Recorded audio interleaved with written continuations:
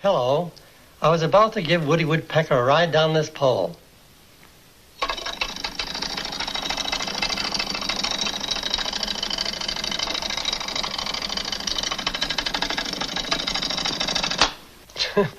Now I know it isn't everyone that has a woodpecker in the family.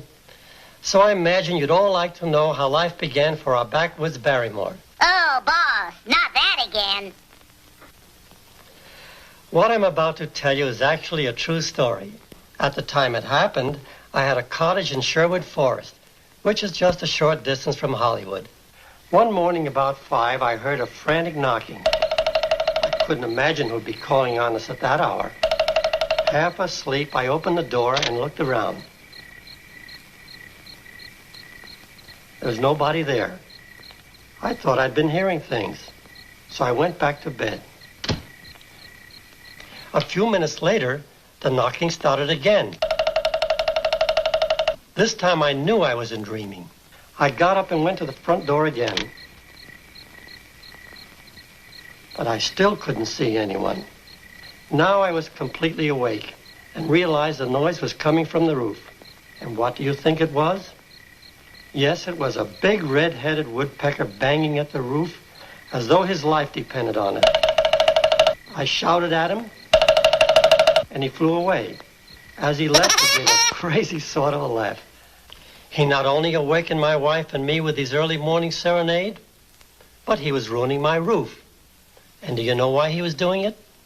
He was drilling hundreds of holes as a storage place for his winter supply of hazelnuts. Here are a few I found.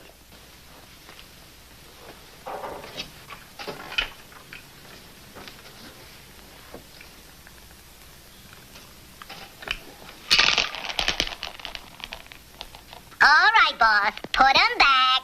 That's my old age pension. Hasn't he got a nerve? Now, to get back to my story, I had about as much as I could stand. So I said to my wife, Gracie, this woodpecker has got to go. Sherwood Forest isn't big enough for both of us. I started out the door with my shotgun with the idea of giving this woodpecker a real scare when Gracie said, don't you know it's against the law to shoot woodpeckers? And anyway, I think he's real cute. Now there's a very intelligent woman. Pipe down, Woody. And furthermore, Gracie said, he's dynamic. He has color. He has personality. And you know you've been talking about a new character for your cartoons.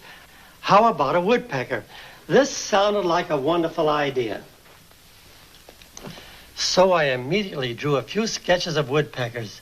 I'd like to show you what my first impressions were. As you can see, there was quite a problem deciding just how Woody should look. I showed the drawings to some of the artists at my studio. They all felt that a wacky woodpecker would make a good character. So we made hundreds of drawings of woodpeckers. They were all sizes and shapes.